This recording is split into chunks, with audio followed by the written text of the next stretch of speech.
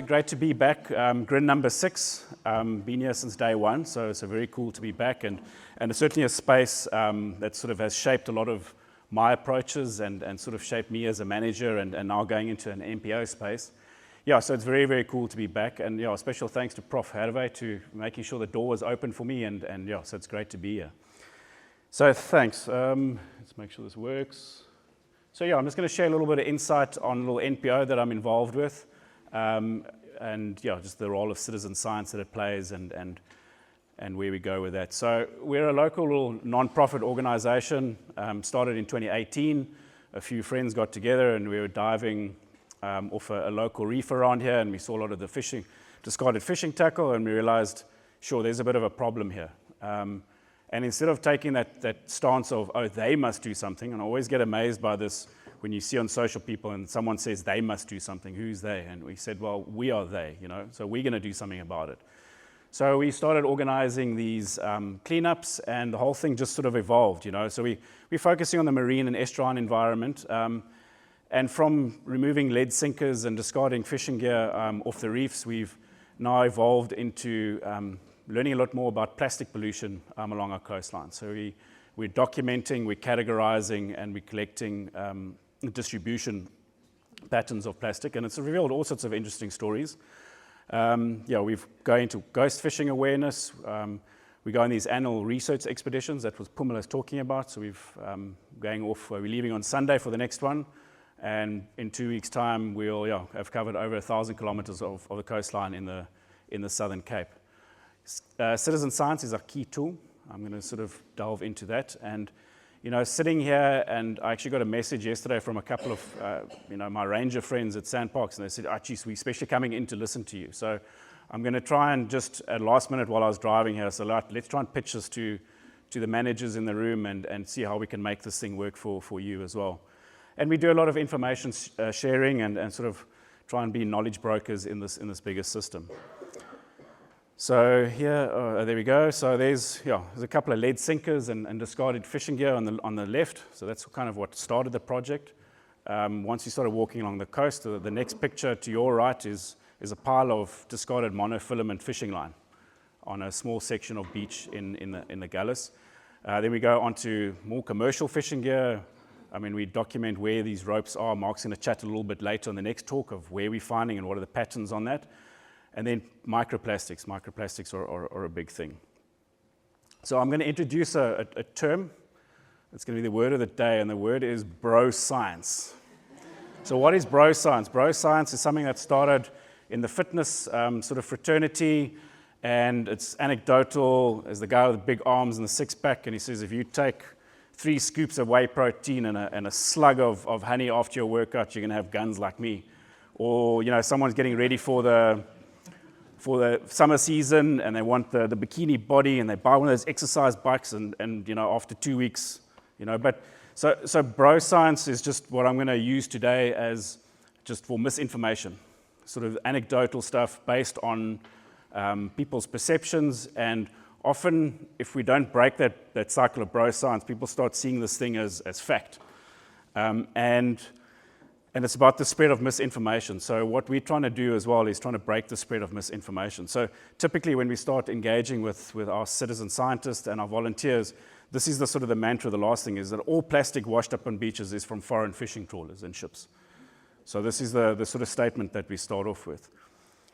Then by bringing in a citizen science approach, so there's just a definition of citizen science. So that's just basically residents in a local community just participating in some data gathering, transcribing, analyzing. They're just part of the process.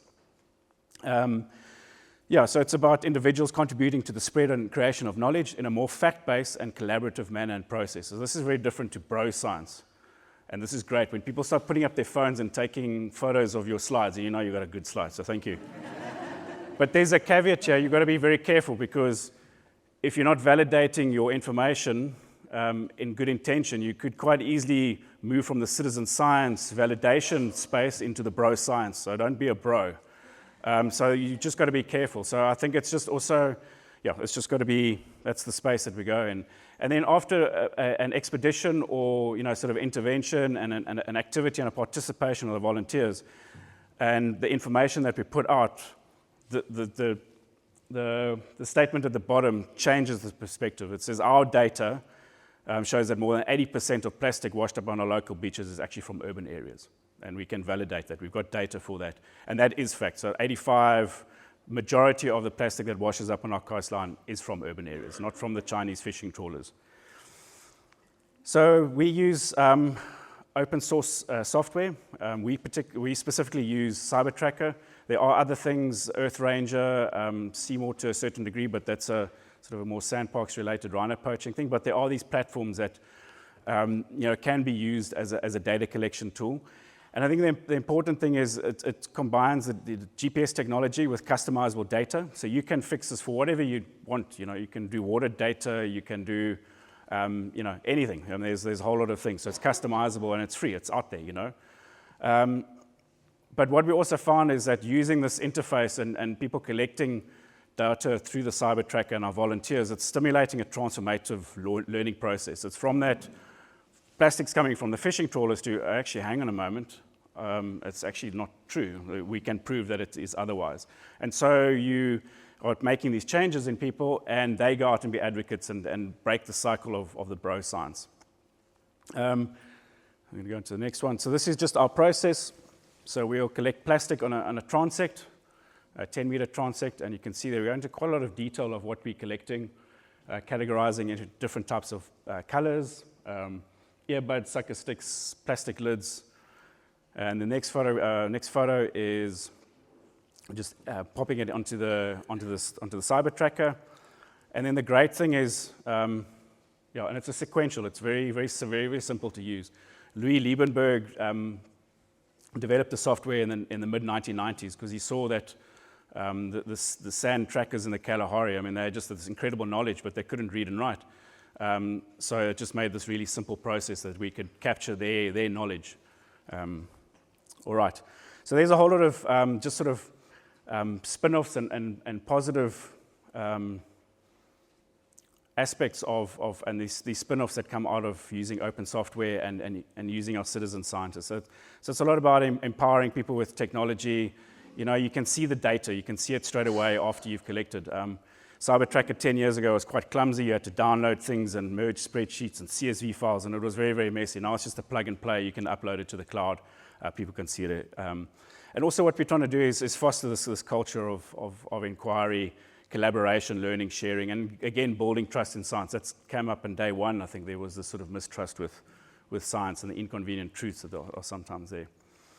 So transformative learning, I've touched on that already. So through this, we've observed just how our volunteers are changing. And I think to sort of colleagues out in the space, in the operating field, and you can use your field rangers. And there was a question, was like, how does a field ranger look in an open access park in a social-ecological system?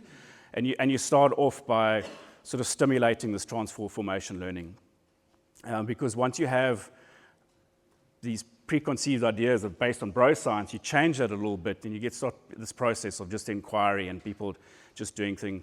And it can also potentially just then lead to changing actions and in your behavior. So I'm going to sort of touch on that on the next slide. And then critical reflection is such a critical part of it. And for operational guys, we just call that a debrief. You've had an incident, you discuss it, you learn from it what worked well, what didn't work well. So it's creating that whole culture of just this transformative learning and just this continual improvement.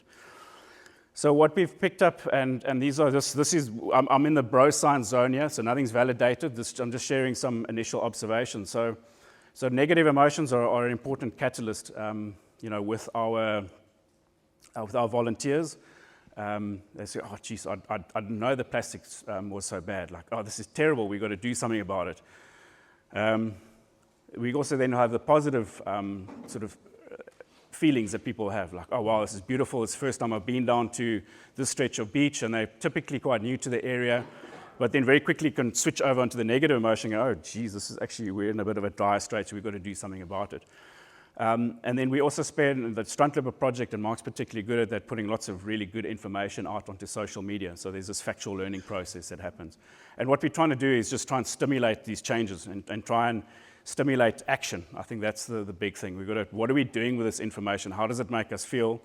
So there's still quite a lot of space for us to learn, to see these interventions. What sort of impact are we having? A big thing that we're doing in social ecological systems is networking.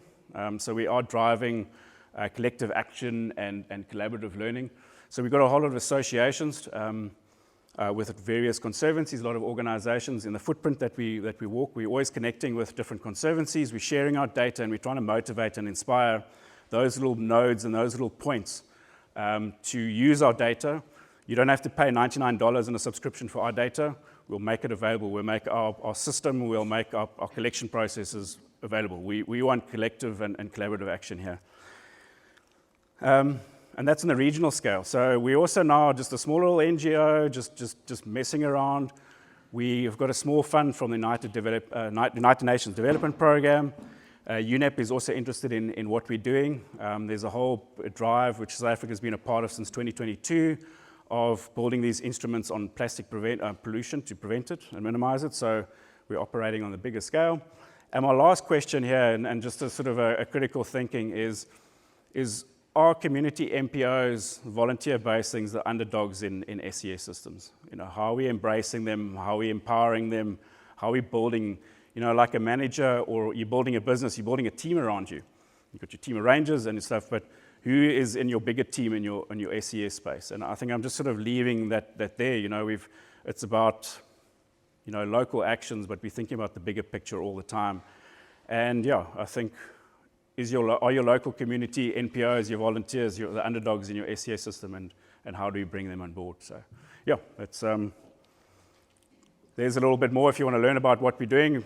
You can track us from next week, all the different places that we're going to be collecting data, and yeah, hopefully next year we'll be welcome back and we can present some of that data to you. So thank you very much.